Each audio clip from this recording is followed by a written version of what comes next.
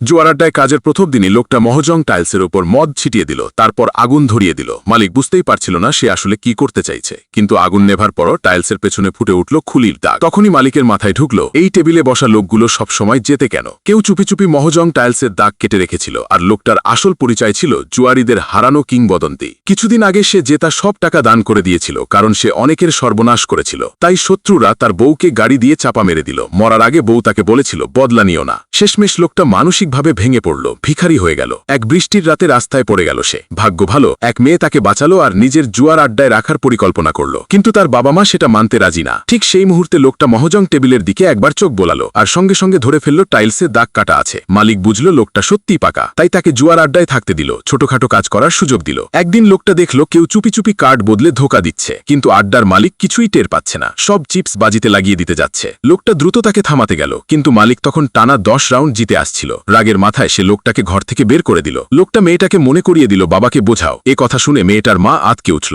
বলল ভেতরে যে আছে সে তার কাজিন, সে কার্ড বদলে ধোকা দিতেই পারে না। পরমুহূর্তে কেউ বাইরে এসে জানাল মালিক সব চিপস হারিয়ে ফেলেছে। মেয়েটার মা তাড়াতাড়ি কাজিনকে বলল, আমরা তো পরিবার, এটা কি ভুলে যাওয়া যায় না? কিন্তু কাজিন বলল, যখন সে হারছিল তখন কেউ তো থামাতে আসেনি। এরপর মেয়েটার পরিবারের কাছে আর কোনো পথ রইল না, ঋণ শোধ করতে জুয়াঘর ব্যবহার করা ছাড়া। যেই তারা যেতে নিল, কাজিন বলল খেলা শুরু হয়ে গেছে, এখন খেলতেই হবে। মাঝপথে কেউ উঠে গেলে একটা হাত কেটে নেওয়া হবে। লোকটা নিজেই তাদের হয়ে খেলার প্রস্তাব দিল। মেয়েটাকে বলল সে অবশ্যই জিতবে। মেয়েটা পাশা বের করল, নিজের পুরনো বাড়িটা জামানত রেখে টেবিলে বসেই লোকটা নিজের পুরো হাতের দিকে ফিরেও তাকালো না, সরাসরি সব চিপস স্পটে ঢেলে দিল। কাজিন বুঝল লোকটা মাথার খেলা খেলছে, তাই $1 মিলিয়ন চেক বের করে বাজি বাড়িয়ে দিল। কিছুক্ষণ পরেই তাসবিলি হলো, লোকটা পেল 3-এর একটা জোড়া। অপ্রত্যাশিতভাবে কাজিন পেল নাজার জোড়া, আর জেতা নিশ্চিত করতে চুপি চুপি কার্ড বদলে ফেলল। যদি না লোকটার লুকোনো কার্ডটাও 3 হয়, তাহলে সে নিশ্চিত হারবে। কাজিন আরেকটা 3ও বের করে দেখালো, বলল ডেকে এখনো বেঁচে আছে 42টা কার্ড, মানে লোকটার লুকোনো কার্ড 3 হওয়ার সম্ভাবনা মাত্র 42-এ 1, কারণ পুরো ডেকে এটাই ছিল শেষ 3।